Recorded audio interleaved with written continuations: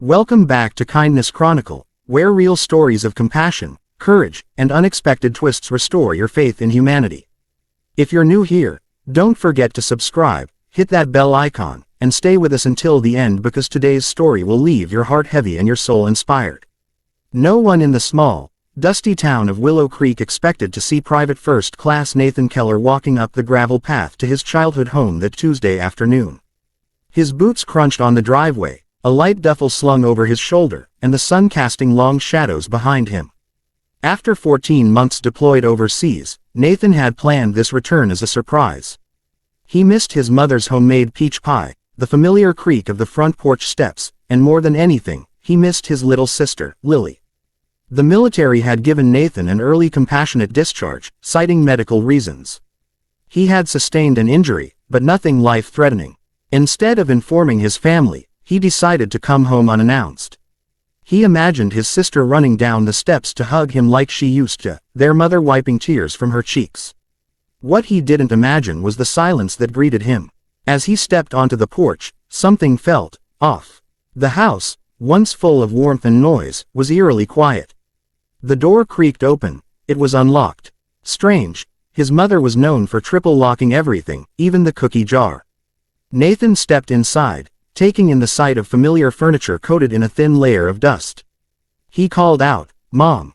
Lily!" No response. He walked down the hallway towards Lily's room and noticed something peculiar. A picture frame was shattered on the floor, its photo of Lily and their mother face down, the glass cracked. His stomach tightened. He turned the corner and froze. There was Lily, curled up on her bed, facing the wall. She didn't hear him come in. He stepped closer and softly said, "Lily." She turned, startled, and gasped when she saw him. Her eyes flooded with tears, but not the joyful kind he expected. Nathan dropped his bag and rushed to her. That's when he saw it. The purplish-yellow bruise blooming across her cheekbone, the small cut near her lip, and the way she flinched when he reached for her. "Lily," he whispered, his voice trembling, "what happened?" But she said nothing. She just threw her arms around him and sobbed into his chest.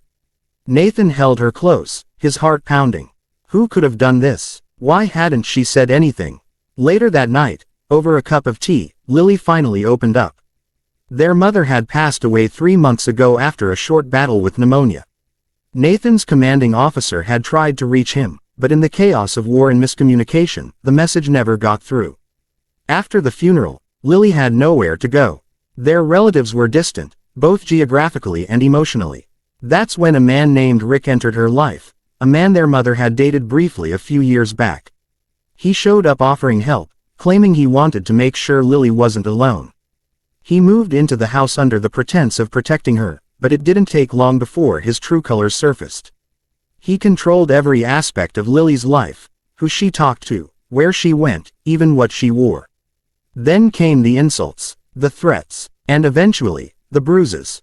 Lily was only 17, still in school, still trying to figure out life without their mom. And now she was trapped in her own home, living in fear. Nathan's jaw clenched as she spoke. A cold, steady rage settled into his chest. He was trained for combat, but nothing could have prepared him for this. His little sister, hurt and terrified, while he was thousands of miles away. That night, Nathan didn't sleep. Instead, he stayed up, sitting at the kitchen table with the same determination he used to scope out enemy terrain. He made calls, to an old army buddy who was now a lawyer, to a social worker who helped with veteran families, to the local police department. But the system moved slow. They needed evidence. They needed a statement. They needed Lily to be ready. The next day, Rick came home. Nathan had stepped out, pretending to go to the store. Rick walked in like he owned the place, throwing his keys on the counter. When he saw Lily in the kitchen, his voice turned cold. "You didn't clean the living room," he snapped. Lily shrank back. I was about to." He raised his hand, and that's when Nathan appeared behind him, calm and quiet like a shadow. He grabbed Rick's wrist midair. Rick turned in surprise. "Who the hell are?" Nathan's grip tightened. "I'm her brother," he said, his voice like steel. "And you just made the biggest mistake of your life." What happened next wasn't a brawl, wasn't an explosion of fists. Nathan didn't need to resort to violence. Instead, he looked Rick dead in the eye and said, "The police are on their way." You're done. Rick tried to act tough, but when the sirens blared outside minutes later, his confidence cracked. Nathan had recorded Lily's story, taken pictures of her injuries, even found hospital records she had hidden, afraid no one would believe her. Everything was handed over to the authorities. Rick was arrested on charges of assault, unlawful custody, and endangering a minor. But the story doesn't end there. Nathan stayed. He could have gone back to finish his service or applied for a desk job in the city. Instead, he became Lily's legal guardian. He turned the house into a sanctuary again, painting the walls, replacing broken furniture, and most importantly, making Lily feel safe. He helped her study for her college entrance exams, drove her to therapy, and sat with her on the nights when nightmares came crawling. Slowly, the color returned to her face. The bruises faded, and so did the fear in her eyes. Word of what happened began to spread through town. At first, people whispered, some embarrassed they hadn't noticed, others ashamed they hadn't helped. But then came the wave of kindness. The local diner offered Lily a weekend job. A retired teacher volunteered to tutor her in math. A neighbor gifted a piano she no longer used because she remembered Lily once loved to play. The community, once distant, began to rally around them. Nathan didn't see himself as a hero. He often said, I just did what any brother would do. But Lily knew better. He had saved her life, not just by showing up, but by staying. One evening, about a year later, Lily stood on stage at her high school graduation. She was valedictorian. Her speech was short, but powerful. She looked out at the crowd and said, sometimes, life knocks you down so hard, you forget how to breathe. But then someone reaches into the darkness, not to pull you out, but to remind you that you have the strength to climb. My brother reminded me of that, and I'll never forget it. The crowd gave a standing ovation. Nathan sat in the front row, tears in his eyes, pride swelling in his chest. In that moment, he wasn't just a soldier. He was a brother, a guardian, and a symbol of what true kindness and courage look like. Lily went on to college with a scholarship. Nathan started working with a local veteran support organization, helping other soldiers transition back into civilian life.